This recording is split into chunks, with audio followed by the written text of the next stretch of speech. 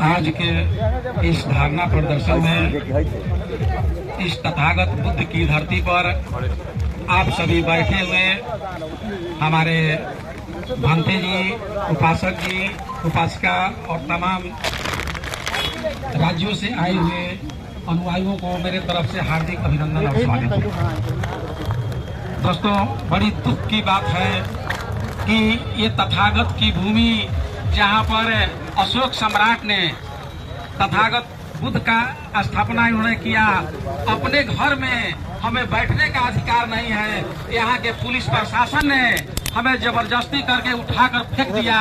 ये कितनी दर्दनाक घटना है। इस घटना से मैं बहुत आहत हूँ, मैं बहुत दुख व्यक्त करता हूँ कि हमारे साथ ऐसा अन्याय क्यों हो रहा है। हमारे मासूम, हमारे शील भंते जी के लोग के साथ ऐसा अन्याय क्यों किया जा रहा है। ये प्रशासन क्यों हमारे साथ ऐसा कर रही है, क्योंकि हम शिष्टाचार को जानते हैं, हम शील को जानते हैं, हम कभी झूठ बोलना नहीं चाहते हैं, हमने सरलता को जानते हैं, हमने नम्रता को जाना, इसलिए हमारे साथ ऐसा हो रहा है।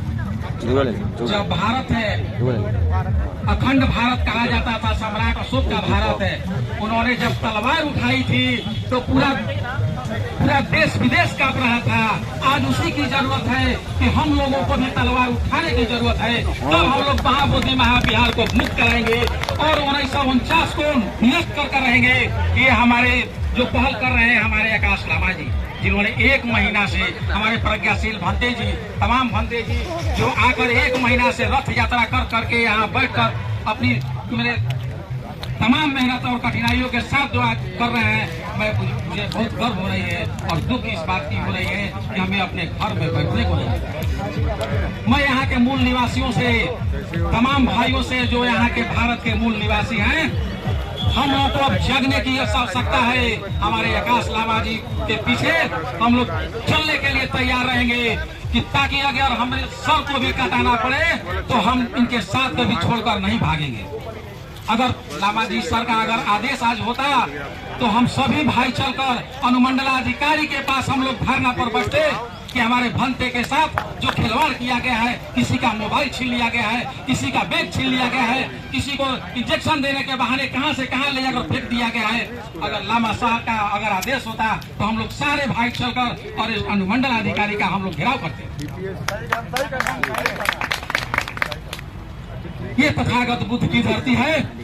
मैं सासाराम रोहतास से आया हूँ, गौतम बुद्ध सेवा समिति का मैं सचिव हूँ और तथागत बुद्ध की ये ज्ञान स्थली है और इसी रास्ते से भगवान बुद्ध सासाराम होते हुए और पधारे थे वहाँ पर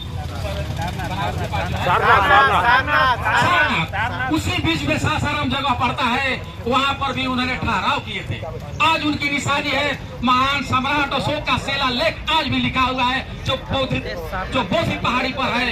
आज हम लोग जाते हैं वहाँ और उस शिलालेख को हम लोग अध्ययन करते हैं। हमारे एक राजेंद्र प्रसाद जी है जो पूरे शिलालेख को हिंदी रूपांतर कर दिए हैं, हिंदी रूपांतर करके व्याख्याता है कर दिए हैं। तो वो सासाराम की धरती है जो आज हम लोग 15-20 आदमी आए हुए हैं और लड़ाई लड़ने के लिए हम लोग आपके साथ तैयार रहने के लिए हर सप्ताह हम लोग आते रहेंगे, हर सप्ताह आते रहेंगे। हम लोग जाएंगे, फिर अगले सप्ताह फिर 10-20 आदमी को भेजेंगे, लगातार चालू रहेगा। चलिए, ये निरंतर चलता रहेगा जब तक हम ले नहीं लेंगे महाबोधि महाबिहार को, तब हम लोग चैन से नहीं बैठेंगे।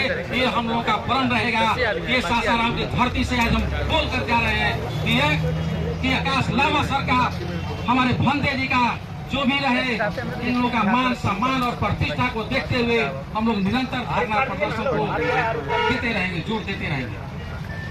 मैं एक शब्द में और बात कहकर अपनी बात को विराम करता हूं कि जब हमारे प्रधानमंत्री जब विदेश जाते हैं तो वहां इनको सम्मान में वहां की बुद्ध की मूर्तियां दी जाती है और वो लेकर आते हैं और पता नहीं बुद्ध की मूर्ति को कहाँ फेंक देते हैं। हमारे जो उत्तर प्रदेश के मुख्यमंत्री जोगी जी भी हैं, वो भी जाते हैं, उनको भी विदेशों से बुद्ध की मूर्तियां भेंट की जाती है और वो लाकर यहाँ नहीं रखते हैं, न जाने कहाँ फेंक देते हैं। अरे ये तथागत बुद्ध की धरती है, ये बुद्ध धर्म का देश है। प्राचीन जमाना से यह बौद्ध भारत बौद्धों का देश है।